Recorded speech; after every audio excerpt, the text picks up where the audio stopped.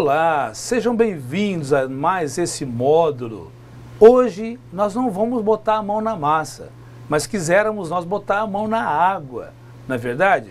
Ou seja, vamos interagir, dando continuidade desde aquele momento que vimos a água no planeta e hoje, sim, vamos adentrar um pouco mais na utilização da água, na disponibilização dela.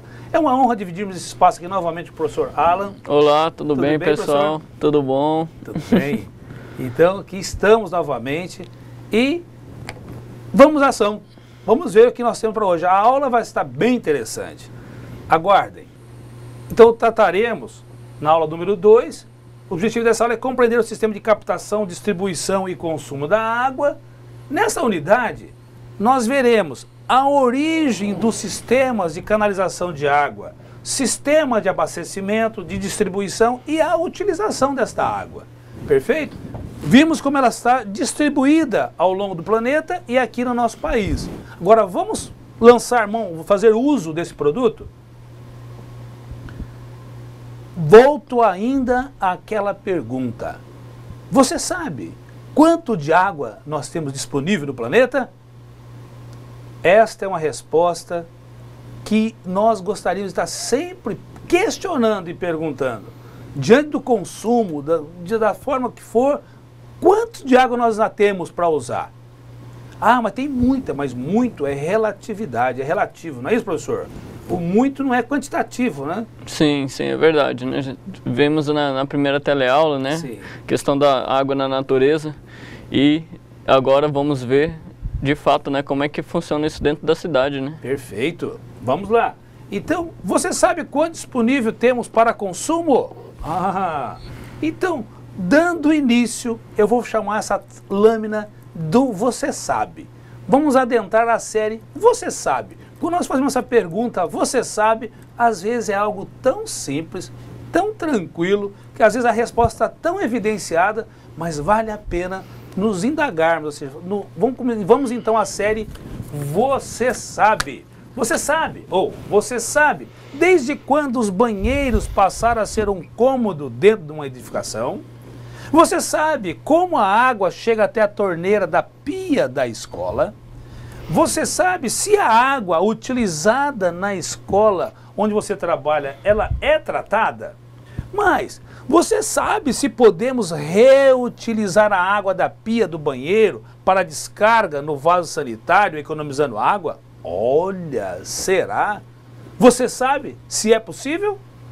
Que mais? Você sabe o que é um lençol freático? Você sabe qual a finalidade de uma caixa d'água? Será só um mero reservatório, um mero abastecimento? Sim, mas qual a finalidade principal? Então, se nós olharmos como para uma resposta rápida, por mais que nós tenhamos assim, numa velocidade, fez um flash, você nem teve tempo direito de refletir, mas essas perguntas temos que levar, não só ela, mas outras, no tocante à utilização da água, para que nós façamos o bom uso dela. Você já reparou, depois da aula da semana passada para cá, que a água ficou mais nobre? Ficou para você também, professor Alan? Com certeza. Quando a gente vê a possível falta, né, de algum elemento, né, a gente começa a perceber que um dia nós podemos sentir falta dele, né? Podemos sentir falta. Então, na hora quando você percebe sustentabilidade, será que eu vou comprometer as gerações futuras da maneira como eu estou usando, desfrutando desse produto hoje? A água virá um bem precioso. E de fato tem que ser um bem precioso. Mas quando é que tudo isso começou? Será que de repente nós tínhamos uma abundância? O acesso era direto, a água estava disponível sob a superfície. Mas quando é que começou a canalizar, né, professor? A levar, de repente, a facilitar, ou seja, para tornar prático o uso dessa água. Será que o uso foi aí desordenado? Como é que foi? Não, não foi bem assim. Mas o que é que impulsionou esse uso, ou seja, a canalização, esse abastecimento, essa praticidade para a oferta da água, para o uso da água? Gente, eu vejo que foi impulsionado pela higiene e o asseio. Não é, professor? Porque a água, você carregava no reservatório, abastecia, mas quando você começa a tornar prático, reproduzir aquele seu banho, entendeu? Com a água, na praticidade, ela ou seja, você tem sempre uma água nova, então aí começaram a pensar como que eu faço para levar essa água até esses ambientes onde as pessoas vão utilizar para o asseio, para a higiene. Confere? Então, foi impulsionado por isso. E vestígio, qual a origem? Então, ou seja, os vestígios mostram que esse sistema de canalização, bem desenvolvidos para abastecimento de banhos em ambientes fechados, ou seja, deram praticamente início com os egípcios, por volta de 2.500 anos de Cristo. Veja, então 2.500 anos antes de Cristo, os egípcios já começaram a abastecer umas cisternas, ambientes que eram para banho coletivo. Então, mas na frente, mas isso ainda era um sistema reservado, privado de abastecimento. Ainda era vamos dizer assim, um grupo seletista, né? Exatamente. Só para os nobres, né? Para os nobres. Estava disponível aos nobres. Aos nobres. Então, 2.500 e mais ainda, eles começaram a colocar banheiros dentro das pirâmides. Que eles imaginavam que da eternidade dos faraós, então ali, imagina a vida que eles pensavam, não cabe a nós julgar aqui, mas já começaram a construir banheiros lá dentro. Banheiro assim, abastecer de água dentro das pirâmides. Mas os gregos e os romanos são os precursores de sistemas hidráulicos. O que é o hidráulico? O uso, a movimentação da água. Então, como você ou bombear, ou você fazer um processo de elevação, distribuição, ou seja, então esses sistemas hidráulicos, eles canalizaram águas pluviais, que são as águas das chuvas, as águas fluviais, que são dos rios, e abasteceram as residências, como também para as termas. Que as termas? Eram piscinas pré-aquecidas para o banho coletivo. Então, tem um tutorial que eu sei que vocês já viram um pouquinho falando sobre o asseio, do banho. Não? Então, ou seja, nós tínhamos os banhos coletivos. O professor Elaine, acho que tratou bem essa questão com vocês, de como era essa situação, até cômica por sinal, mas como se davam esses banhos, né? Ou não se davam os banhos. A saúde pública, isso com reflexo na higiene pessoal, passou de fato em 1775, em Londres, por esse Alexander, olha os ingleses aí, os lords ingleses, trabalhando para abastecer o que é o sistema com os banheiros, onde criou-se o sifão. O que é sifão? O sifão nada mais é do que aquele sistema, você vê tudo usando, pode dizer física, professor? Sim. Ou a geometria? É física, né? Física. Uhum. Pela física. Pela gravidade. Pela gravidade ele consegue fazer, vamos ver se ele consegue reproduzir aqui um sistema de sifão. Seria isso aqui, assim? Uhum. Onde eu tenho uma água, entra aqui, ela vai sair aqui na frente. Ela fica um processo. Não, ela é um desnível, né, professor? Dá licença. Nós temos aqui, um desnível. Não, é aqui um desnível, né? Eu entro na parte superior, aí eu fico com o reservatório na inferior. É o inferior, porque desse inferior, aí quando sair a água aqui em cima, ou seja, quando sair ainda fica um pouco reservado aonde teoricamente a gente protege, ou seja, o sistema... O retorno de cheiro. O retorno do cheiro. É, retorno do cheiro.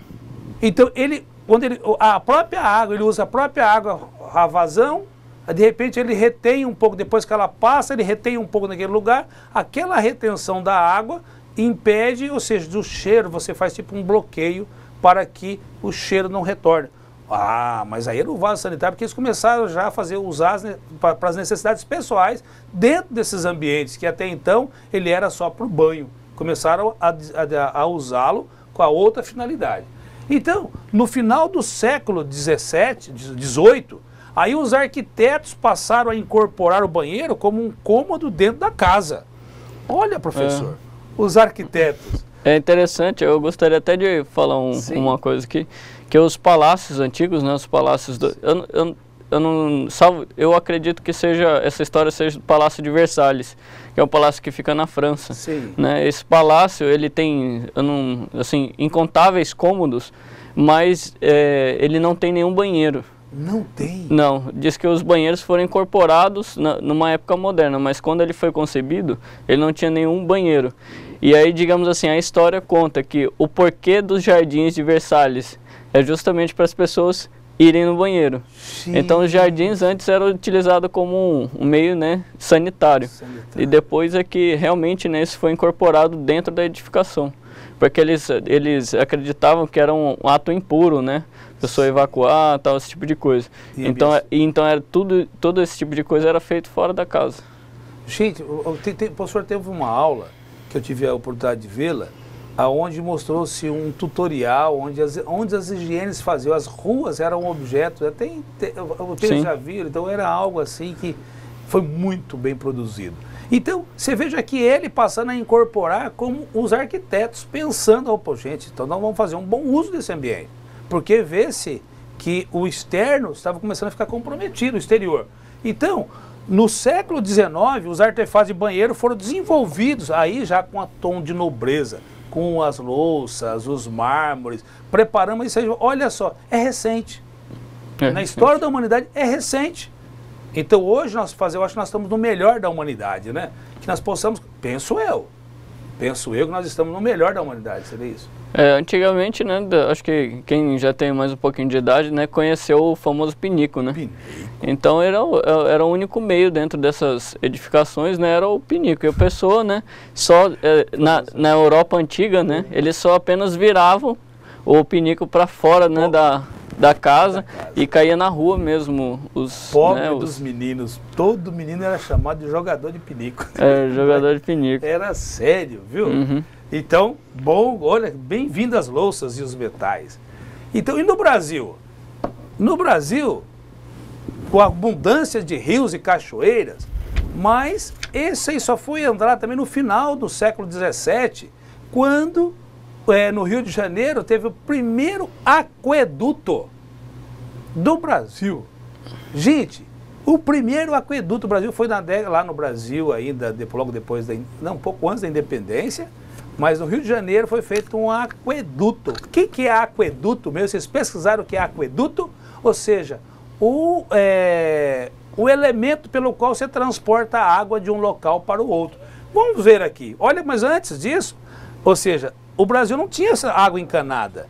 E a água era conduzida por tonéis e carroças. E com um detalhe. O professor falou que de repente nós jogávamos, o pinico era, nós jogávamos, eu joguei. Então, desculpa, baixinho, ninguém ouviu. O pinico era jogado pela janela.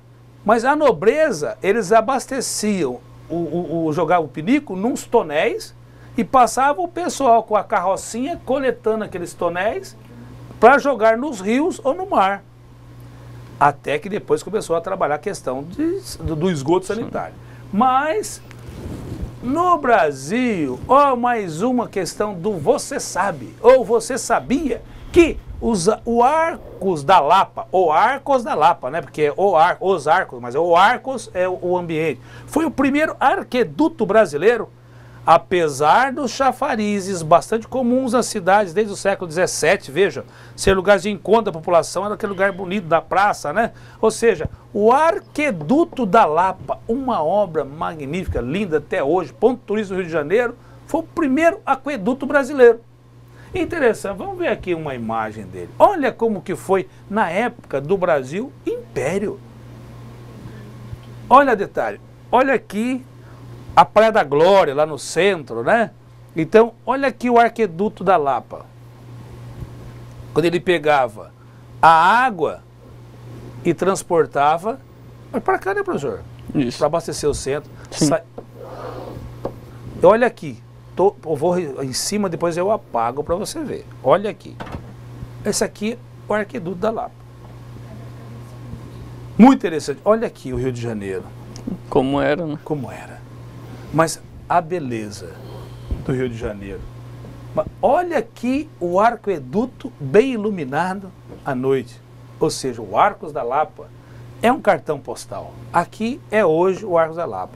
Não serve mais, né, professor?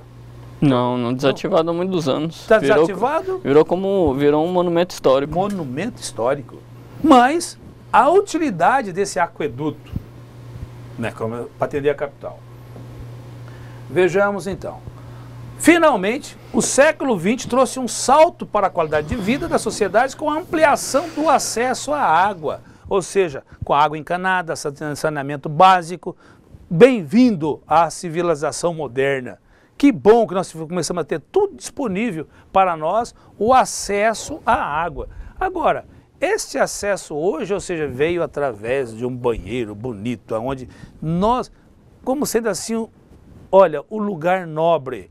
Então, que nós possamos, todos os níveis, valorizar. É uma terapia. Professor, quando você começa a valorizar o projeto de um banheiro, quando os arquitetos começam, não, você pensa na sala, você pensa na sala de estar, mas é um momento, um local onde você tem, você, vamos dizer, se desveste, né? Ou se veste do seu eu mesmo. Então o banheiro sendo bem projetado.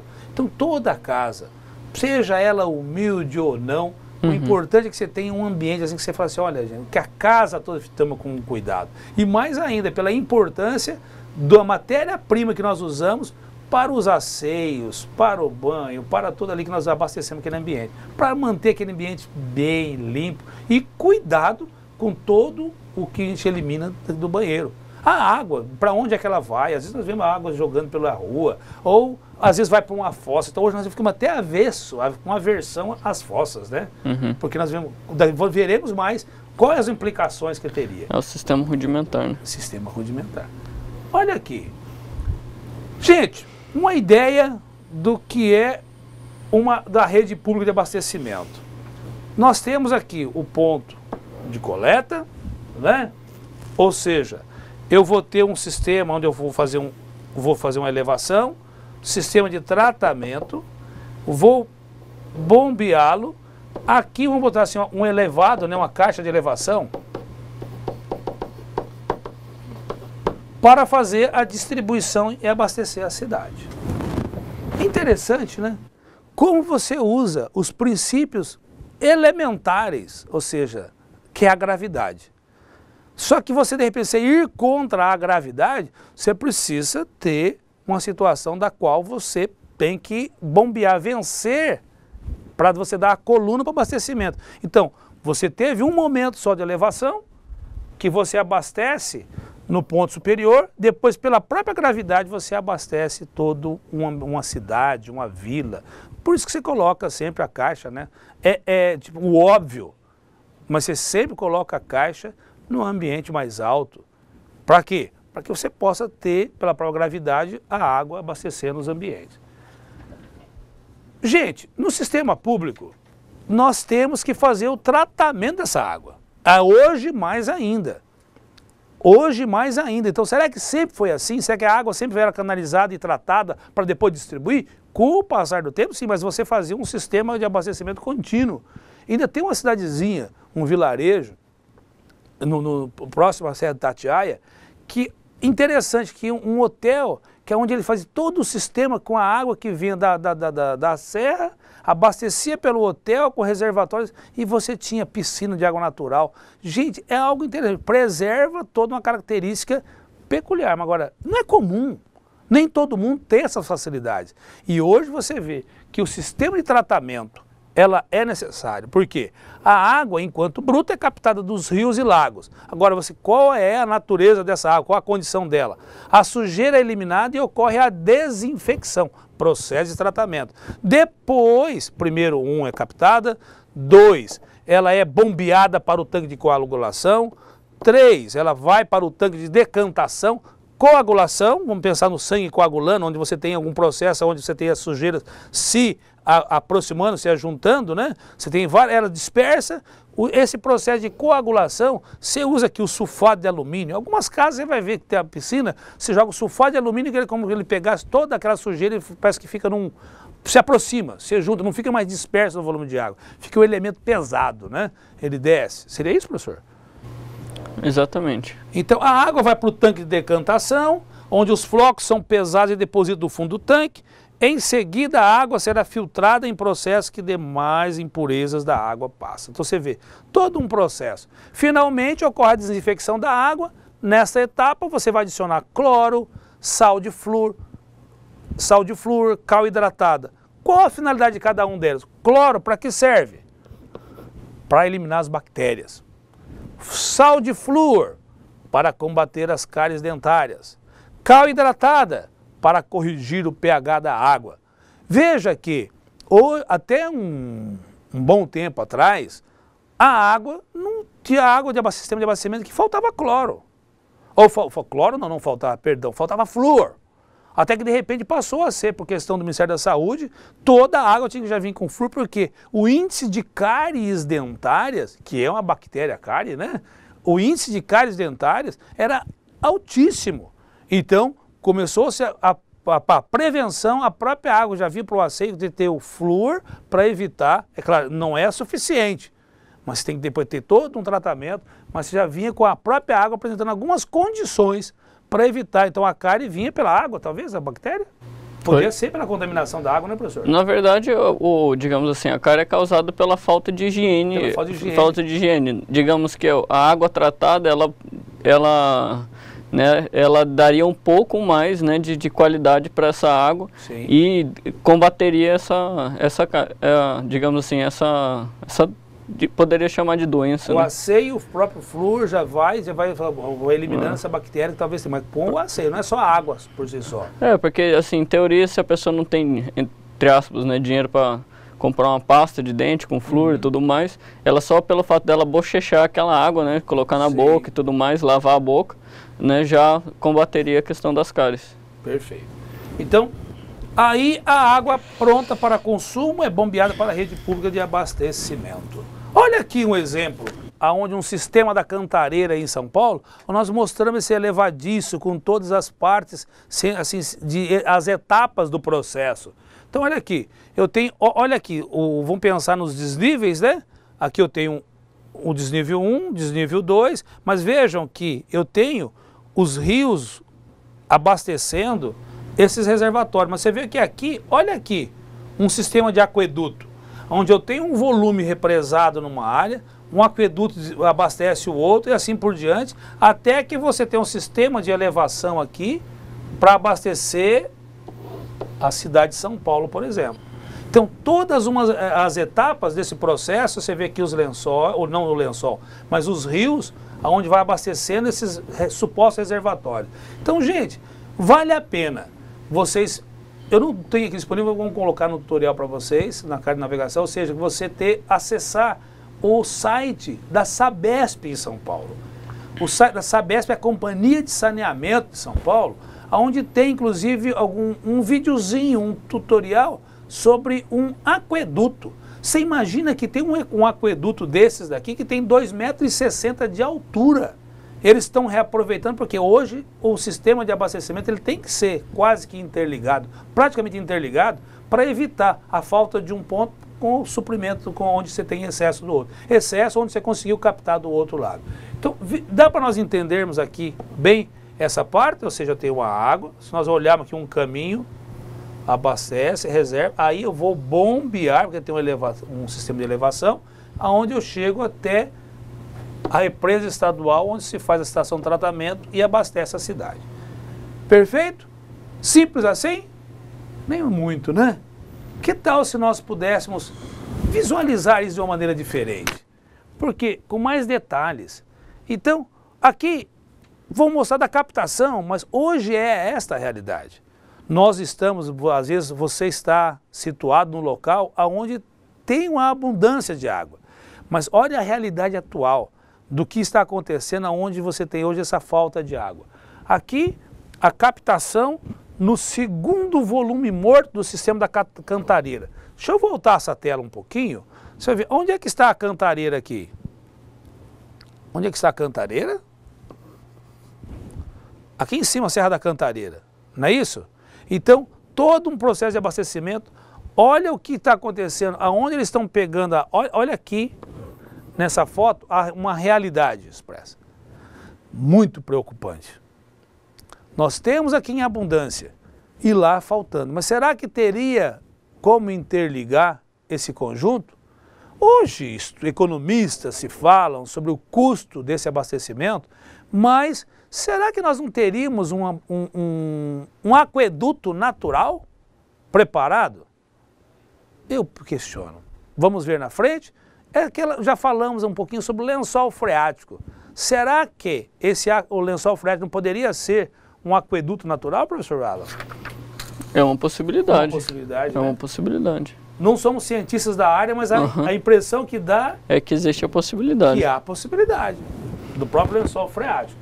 Olha aqui, aí teve uma obra onde você consegue, de repente, dar um trabalhar para você pegar exatamente de uma maneira, né, mais, vamos dizer, mais nobre, onde você abastece pelo volume, porque desse sistema aqui, você imagina para tratar essa água, não é verdade?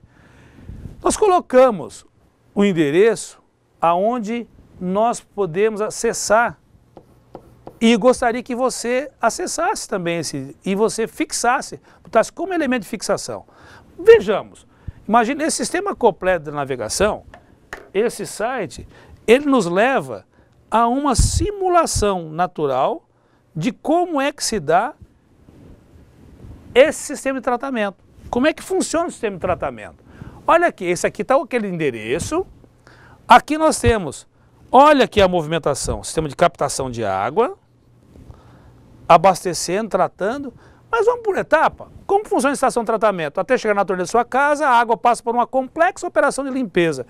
Vamos ver nessa animação. Aqui, vamos avançar.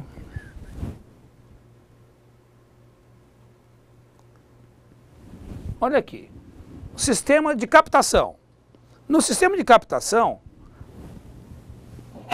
olha aqui, a água sendo sugada, temos que passa por um sistema intermediário.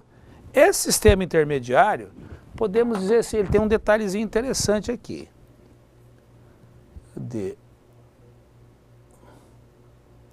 Olha aqui, no sistema de captação, vamos analisar o sistema de captação. Você vê como ele pega a água com todas as impurezas. Nesse sistema com as impurezas, eu preciso dar um tratamento específico com ela, ou seja, a água vem com folhas, galhos, bactérias, ou seja, o cheiro, então eu preciso tratar, perfeito? Então, nesse tratamento, aí, etapa seguinte,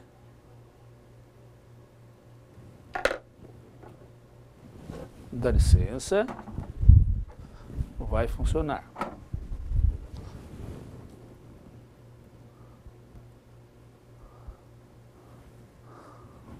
Ou seja, a água vai pelo sistema de abastecimento até que nós vamos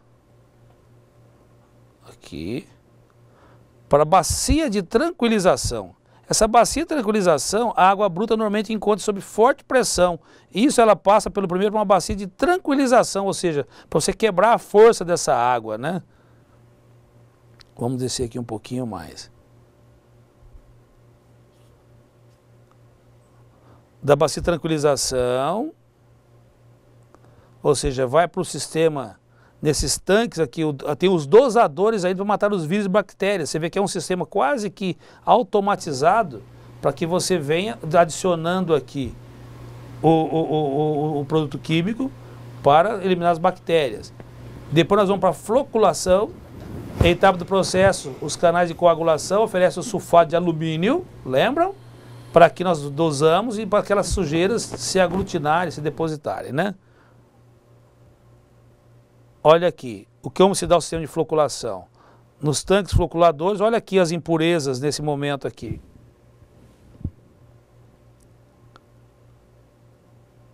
Aí depois ele passa para o sistema de decantação. Aqui no tanque de floculação, a água segue para os decantadores, uma espécie de piscina a céu aberto, onde fica cerca de 90 minutos. E esse processo, ou seja, ela já é dimensionada para que até chegar e sair, ela permaneceu esse tempo disponível. Olha como se dá a decantação. Os decantadores possuem pás que arrastam todo o lodo formado no fundo para o centro do tanque a cada 2 horas e média. Esse é o processo deles lá de cada unidade, né? Aí depois nós vamos para o sistema de filtragem. As canaletas localizadas na parte superior dos decantadores captam a água de superfície, segue para os filtros verticais. Aí tem o sistema de filtragem. Esse sistema, você vai ver que ele usa o quê? Os elementos naturais. Olha aqui, carvão, areia, pedregulho e cascalho. Você vê que é o filtro natural reproduzindo a terra praticamente, né? Os elementos naturais nós temos de filtragem dessa água.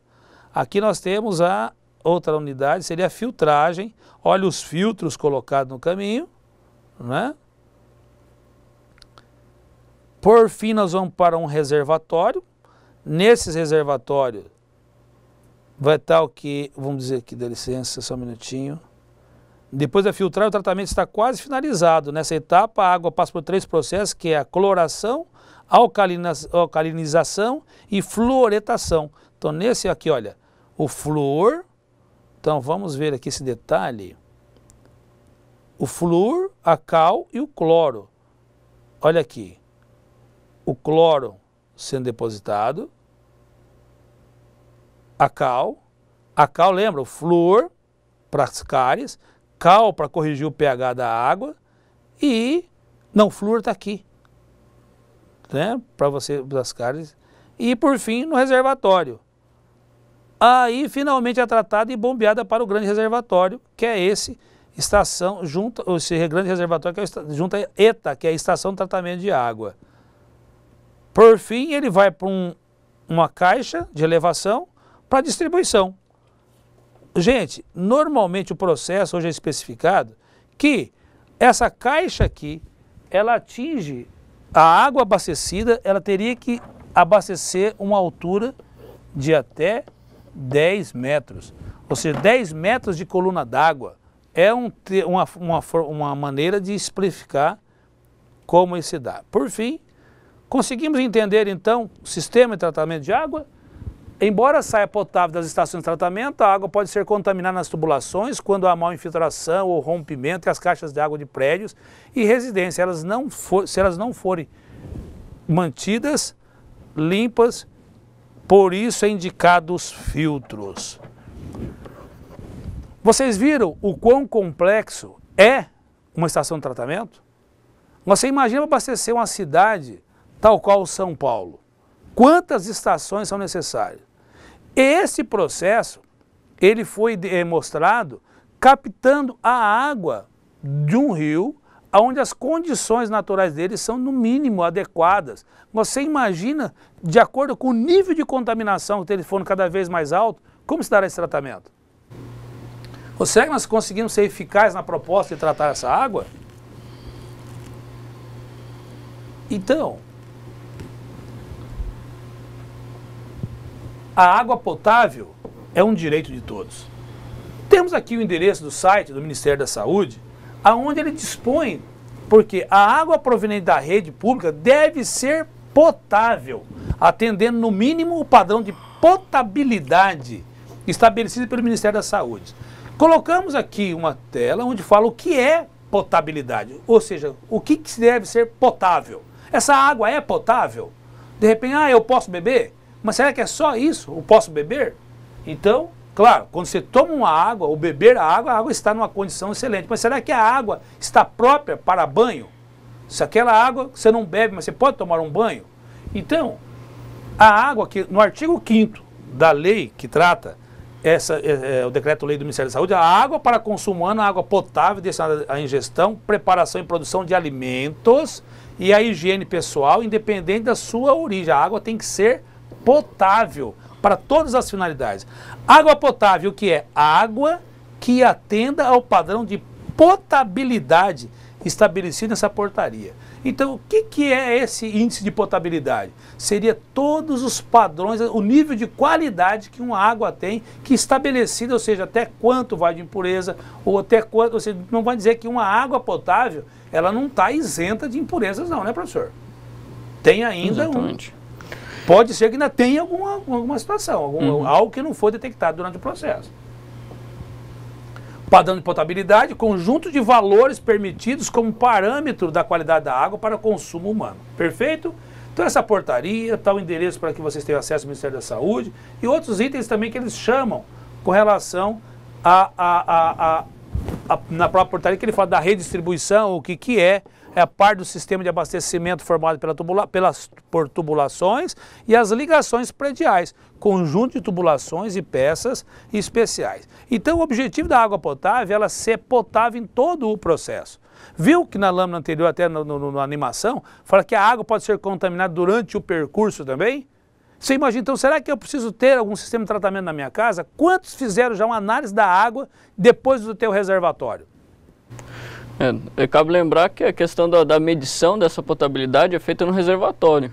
Então o caminho do reservatório até a sua casa pode contaminar essa água, se não acontecer durante o transporte, né, ou seja, da estação de distribuição até a sua casa. Às vezes, né, a caixa suja, esse tipo de coisa pode acabar contaminando a água. Então é importante que você saiba o nível de potabilidade da água dentro da sua residência, ou seja, o que sai da sua torneira. E é o cuidado com o reservatório, né, professor? Isso, exatamente. Não é muito comum aqui na nossa região a gente ver questão de filtros, né? Filtros nas residências, né? Mas em algumas outras regiões do Brasil, né, a questão dos filtros residenciais são artefatos comuns nas residências. A própria cultura, por mais que não seja um item de obrigatoriedade, mas no entanto a cultura leva as pessoas a terem, falar, olha, nós temos que evitar qualquer situação de risco para casa, né? Uhum. Então, vejamos um pouco mais aqui, trago aqui novamente aquela informação dos 10 metros de coluna d'água, ou 2 pavimentos, que é esse elevadiço aqui, ou seja, esse sistema de abastecimento tem que ser tal que ou eu chego em dois pavimentos ou 10 metros de altura. 10 metros de altura. Perfeito?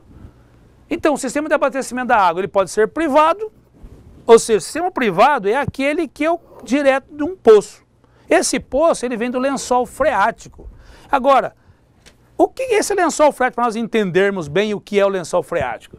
O solo é composto por rochas e por diversas partículas. Você viu aquele filtro como tinha lá? Que não preenche todo o seu volume, resultando em espaços vazios que podem ser preenchidos pela água. Parte dessa água proveniente das chuvas, de rios e de lagos, isso da neve, infiltra-se no solo, sendo armazenada na superfície até a primeira camada rochosa, ou seja, a camada semipermeável. Aí quando você cava um poço, você tem dizer assim, a sorte, né? Mas tem aqueles especialistas em saber, de conhecer a região, passou em cima exatamente de um lençol freático desse, que o poço abastece. Aí alimenta, aí você consegue extrair aquela água. Então esse aí é um sistema privado. Então é um poço de lençol freático. Depois, ou seja, tem o sistema de captação do lençol, água do lençol artesiano. Aí vem, esse poço artesiano, qual que é a profundidade? O que diferencia de um poço comum para um artesiano é a profundidade dele. Seria isso, professor? Sim. Profundidade dele, porque você vai pegar exatamente o quê? Um outro nível, um outro lençol seria isso, né? Isso, uma camada mais profunda. De freática, né? Consequentemente, essa água teria uma potabilidade maior. Teria um grau de pureza maior. Grau de pureza maior. Acho que o termo correto seria isso, um grau de pureza maior. Por quê? Porque ele passou por tantos filtros. Então, até chegar no lençol freático, ele passou ele passa por um maciço rochoso, aí depois ele entra com um solo quase impermeável, aí ele faz aquele como se fosse um rio, um leito, para servir de leito sobre essa camada. Aí sim o lençol artesiano, água subterrânea, é um fluxo de água sob o solo que ocupa todos os seus espaços vazios. Há indícios de que tem poços artesianos que você não precisa nem colocar bomba. Uma vez você atingiu aquele poço, ele está numa pressão tal que você, ao romper, você deu o caminho, a água jorra. É raro, né, professor? Mas tem. Mais raro. É raro, mas há indícios dele, porque a pressão que está ali é tal. De onde vem essa pressão? Dos desníveis, de onde está esse lençol, o caminho dele, pelo que nós vimos naquela imagem. Aí daria uma pressão que, dependendo do local que você fura, a água jorra sem você precisar da bomba. Interessante isso, né? Aqui, a exploração da água do lençol artesiano deve possuir autorização. Porque se já imaginou se tiver um uso desordenado de cavar poço artesiano, você está eliminando essa água e foi reservada, de certa forma, é um reservatório natural. Quando nós falamos aqui de passar talvez um aqueduto natural, é porque o lençol freático ele pode se comunicar. Se toda a água deságua nos rios e os rios deságuam no mar, Então você vai ver, de alguma forma, pode ser que de um desnível ou outro, nós tenhamos um sistema que dá para fazer essa canalização, tal qual fizeram lá da Cantareira, lá para abastecimento de São Paulo. Então a profundidade dos artesianos dá em torno de 80 a 300 metros. Olha aqui um sistema normal, olha aquele ciclo, o ciclo da água. Olha aqui, eu tenho a água que ela, você lembra da evaporação? Ela vai para a evaporação, nós temos uma precipitação, que é a água da nuvem que desce.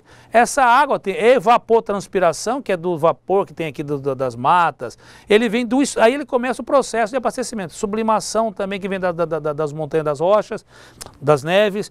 Aqui eu caio caudal no rio, ou seja, eu tenho todo um sistema que toda a superfície ela se interliga, ou por canais, vamos dizer assim, aqui é o lençol normal e aqui um lençol, poderíamos pensar que aqui seria o artesiano, se nós formos ver em termos de profundidade, concorda? Mas o que nós percebemos é que se uma sujeira cair aqui, um acúmulo desordenado de sujeiras, acontecer aqui, ela não vai infiltrar?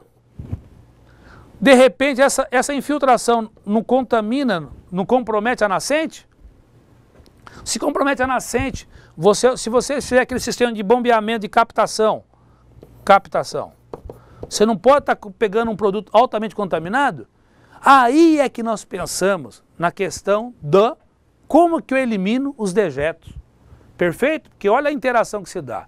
Então, no abastecimento, então, a reutilização.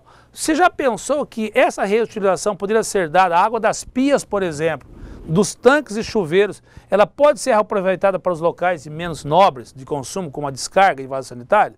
Nós tínhamos essa proposta, vale refletir. Aí é que depois começou a se pensar no uso de maneira que nós conseguíssemos dar um aproveitamento com a reutilização da água. Perfeito, professor? Exatamente. Isso já é uma tendência, né? Uma tendência. Já é uma tendência. Nas grandes cidades, onde digamos, a oferta da água já é mais escassa, existe, né, os sistemas interligados para reaproveitamento de água. Tanto eles chamam de águas cinzas, né? Né, no termo de classificação e sustentabilidade, a gente vê na verdade, dois tipos de águas contaminadas, né? Que seriam águas cinzas, que mesmo impróprias podem ser reutilizadas, né, para vasos sanitários, por exemplo, e águas negras, que aí essas são as provenientes de vaso sanitário, mas são águas que elas precisam ser eliminadas mesmo. E esse eliminado, aí depois nós vamos ter que pensar como vai ser eliminado, porque de repente se há essa grande concentração, até mesmo no esgoto sanitário, se esse esgoto sanitário não tem os cuidados para jogar ele no rio, aí é que fala que a estação de tratamento de esgoto, não é só estação, a gente vê, tem estação de tratamento de água, mas será que é só de água que nós precisamos? Não, nós não podemos eliminar os dejetos, o esgoto, também da mesma forma vai para um canal e vai para o rio. Ué, está contaminando do mesmo jeito, não está interligado o processo? Não é? Então, a captação de água da chuva, outro processo. Então, o que eu vou dizer? Que essa reutilização, porque a água da chuva ela cai e vai. Se você parar para analisar o volume de água que cai no dia de uma chuva, será que essa água pode ser armazenada em reservatório? Cabe aí a quem de direito para tomar decisões e lançar leis e tomar medidas, né, professor? Exatamente. Então, aqui eu vejo que esse sistema para o reuso, no caso do abastecimento, é uma atitude de nobreza. É uma atitude de nobreza. Nós poderíamos aqui avançar com algum sistema de captação, de abastecimento, mas nós vamos, por aqui hoje, professor, ficar nessa questão. Eu acho que nós demos sobre o tratamento da água, falamos sobre qualidade da água. O senhor teria algo para acrescentar, professor Alan? Assim, é uma temática, né? Digamos assim, é praticamente um paradigma, né, que nós enfrentamos todo dia, né, e que nós sempre temos que pensar, né, no nosso legado, no nosso, né, o que vem pela frente, para utilizar de forma racional.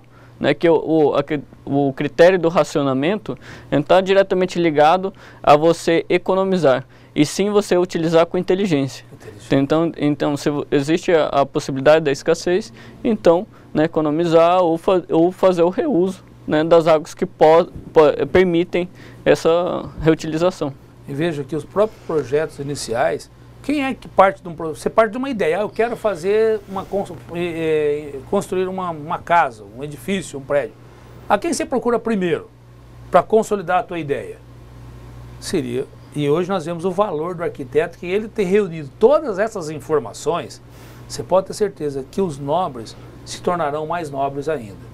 E todos nós ocuparemos esse outro espaço, né, professor? Disponível para todos nós, que é de nobreza diante de uma sociedade. Não é queremos ser melhor que ninguém, mas é nós sermos formadores de opinião e mudar esse cenário para não comprometer a vida dos nossos netos lá na frente. Perfeito? Ficamos por aqui, espero que vocês tenham absorvido do nosso tema. O nosso abraço, a consideração do professor Alan. É isso aí, pessoal.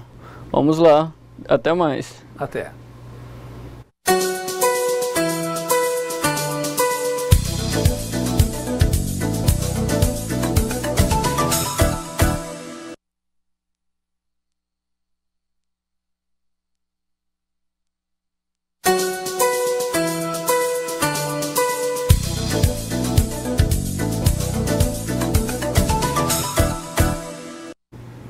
Olá, estamos de volta para esse momento agora, como o professor Alan bem diz, interagirmos nos espaços. Exatamente.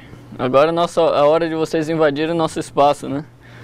Adentrem o nosso espaço, porque foi tão rápido, tanto conteúdo para passar para vocês, a gente fica numa adrenalina, porque o conteúdo é muito rico. E tem muito mais que pode ser explorado. Gente, tem direcionei para vocês pesquisarem na Sabesp, como também o link daquela animação. Nós passamos, apresentamos como se dá, mas vale a pena. Ainda mais que nós trabalhamos com educação, que você tenha acesso àquele link. Ele é disponibilizado pelo MEC, uma unidade do MEC, aonde você terá toda uma animação, como outras também. Tem uma animação, é num site de uma companhia de saneamento do Rio Grande do Sul. Eu vou passar o link para vocês depois, mas tem uma animação onde ele mostra todo esse ciclo da água também. Veja que o ciclo da água está permanente em nós. Perfeito? Nós temos que estar atento a eles, para que nós possamos guardar, reservar, proteger a água. Ou seja, a água, só tratando ela fica boa de novo. Não pode deixá-la, ou seja, sem o tratamento devido, não é isso, professor Alan? Exatamente, professor. Né? Exatamente, nós temos que fazer o tratamento dessa água, né, para poder fazer a posterior utilização. E como é que estão aí a participação dos alunos? O pessoal está participando bastante, viu? Temos várias respostas aqui. Eu só tive um problema com o sinal aqui, eu já estou resolvendo para a gente pegar as questões respondidas. Que maravilha! Então vamos às questões, professor? Se você puder iniciar, né, falando as questões, eu estou tentando recuperar aqui que os alunos contribuíram. As questões nós propusemos para esse momento. Quando houve registro dos primeiros banheiros dentro das edificações? Quando se teve registro? Simples, né? Quais são os principais elementos químicos usados no tratamento da água e quais as suas funções neste processo? Essa é a número 2, né? A número 3, na sua opinião, quais são as consequências do uso indiscriminado de poços artesianos? Aqui nós deixamos livre para que vocês deem a contribuição. Como que você está entendendo nesse contexto geral, se nós fizermos um uso discriminado? Porque tem um momento que o Ministério, há uma regulamentação, né? O Ministério da Saúde, desculpa, mas há uma regulamentação municipal para o controle desses poços. Agora, por quê? Será que é só por questões de estatístico? Ou você, na sua opinião, tem alguma consequência do uso desordenado, aumentado de uma quantidade assim, ou seja, passar do controle, né? Então, expresse a sua opinião. E a questão número 4, cite algumas medidas que podem ser utilizadas na sua escola para a redução do consumo de água. Então aqui já começa a analisar o nosso cenário, o nosso ambiente, ou seja, ter domínio do nosso espaço. a gente tinha que começar a olhar. Tem algumas outras perguntas, tem outras que a própria apostila direciona com os pratiques, de você já levantar os dados destas questões, né? Vamos, professor, ter alguma resposta já? Quer participar alguma questão, alguma resposta? Questão número 1. Número 1, né? É. Vamos lá, aqui que eu estou recuperando aqui as mensagens. Sim. Né? Então, peraí, vamos ver aqui. Ver a sessão. Bom, então nós temos aqui, ó. Vamos lá, do Espigão do Oeste temos o Paulo. O Paulo. O Paulo que sempre participa. Então ele diz o seguinte, que desde 2500 a.C. já começaram a usar dentro das pirâmides e a partir do século XVIII os arquitetos incorporaram os banheiros como cômodo das casas. Maravilha. Temos também a questão do Jorge, né? Ô, Jorge. O Jorge de Espigão também sempre participando. Ele disse também que por volta de 2500 os egípcios usaram, né, nas pirâmides e regulamentaram, né, a regulamentação ocorreu no século XVIII com a incorporação do cômodo dentro da casa. Aí temos também a Elissandra, que diz que também da mesma forma em 2500 os egípcios construindo banheiros elaborados dentro das pirâmides, né? Então, questão número 1. Tá. Tem um aluno, na verdade ele quis acrescentar alguma coisa. Posso, né? Pode. Eu vou, né,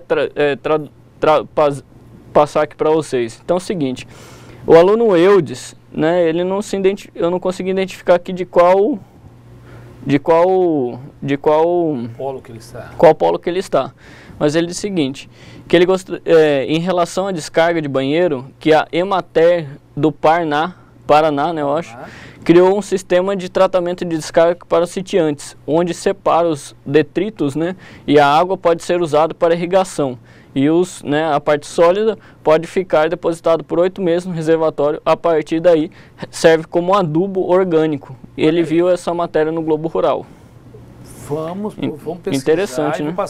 Vamos popularizar essa informação. Vamos lá.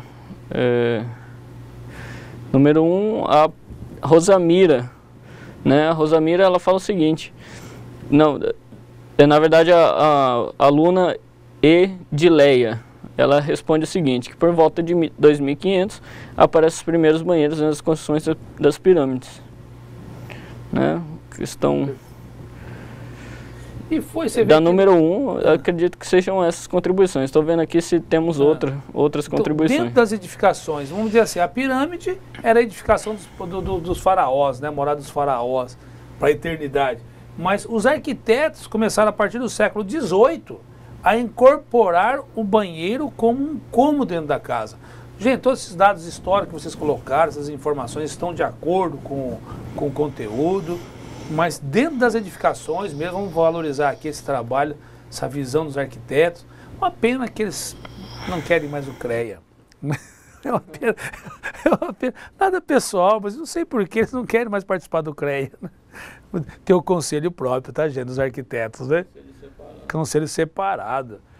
Questão número 2, professor. Tem alguma posição, Vamos lá para a questão número 2. Sei. Vamos dar uma olhada aqui. Bom...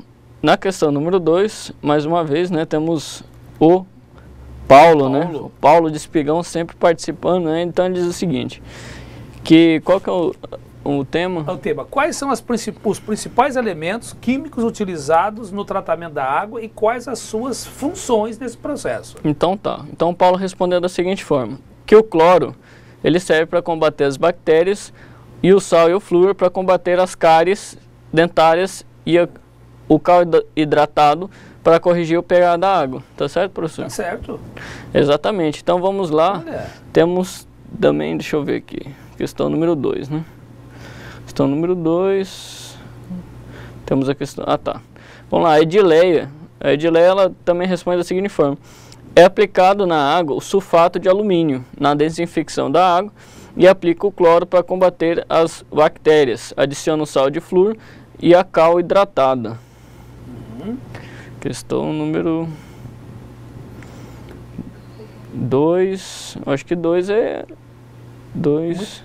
Muito bem, qual que é a Edileia que falou sobre o Edileia. sulfato de alumínio? Isso. Perfeito, Edileia, de fato, esquecemos do sulfato de alumínio, que ele faz, mas o tratamento ele faz para depositar, para se tornar um elemento pesado da sujeira, deposita-se o material, né? Sulfato de alumínio tem ele não seria bem para o tratamento, ele faz para fazer a coagulação, ajudar na coagulação, para você concentrar os produtos pesados, elementos pesados que tem na água. E para tratamento direto seria o cloro, para combater as bactérias, o sal de flúor para combater as cáries dentárias, e a cal hidratada para corrigir o pH. Uma curiosidade, é acal ou ocal? É acal. Acal. Acal, né? Que nem o conselho de arquitetura, né? Cal. Cal, só que esse cal é com U, né?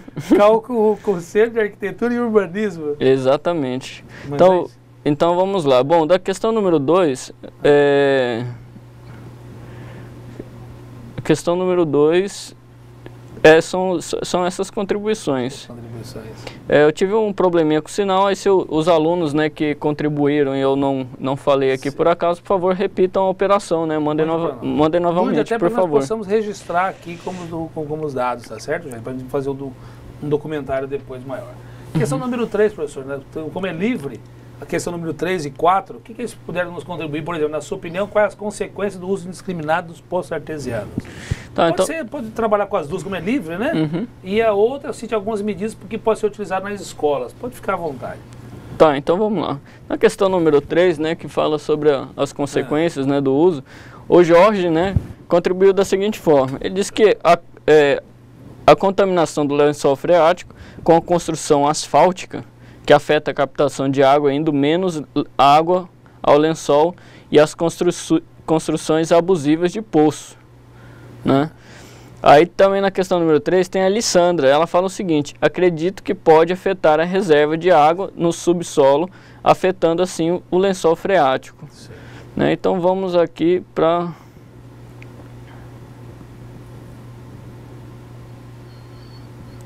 a Edileia.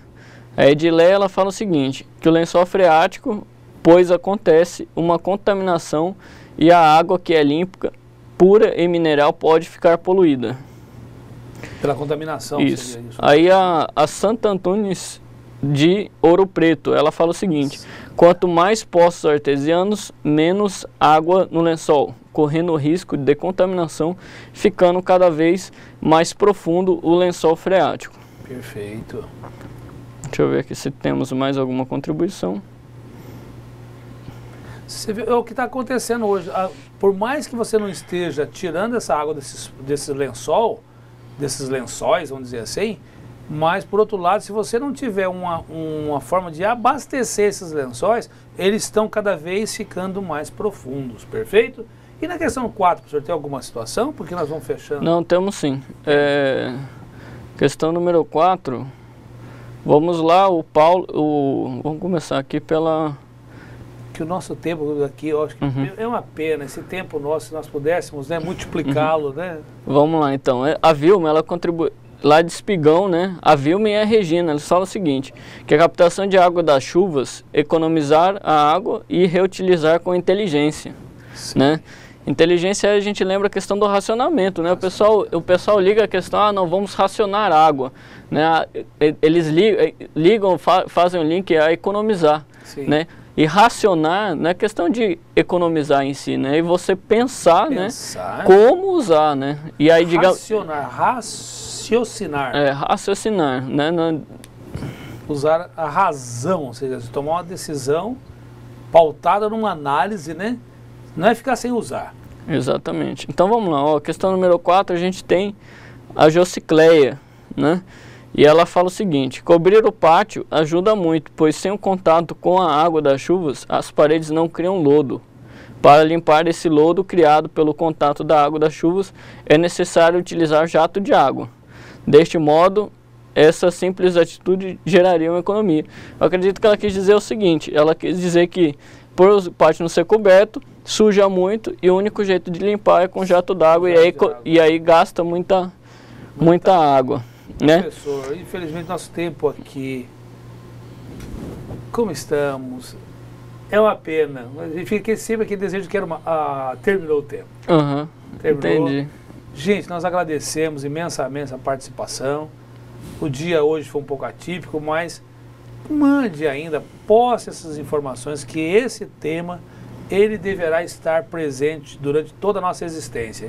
Que esses ensinamentos aqui aprendidos possam acompanhar, não é, professor? Com certeza. Para construir no devir. Para contribuir com o devir, contribuir com o devir. Obrigado, professor Alan, por esse momento, compartilhando. É sempre um aprendizado estar contigo. Obrigado, eu que agradeço, professor, por essa oportunidade. Aí vamos continuar no nosso curso, né? Vamos. Isso aí. Um abraço a todos, muito obrigado, até o nosso próximo encontro.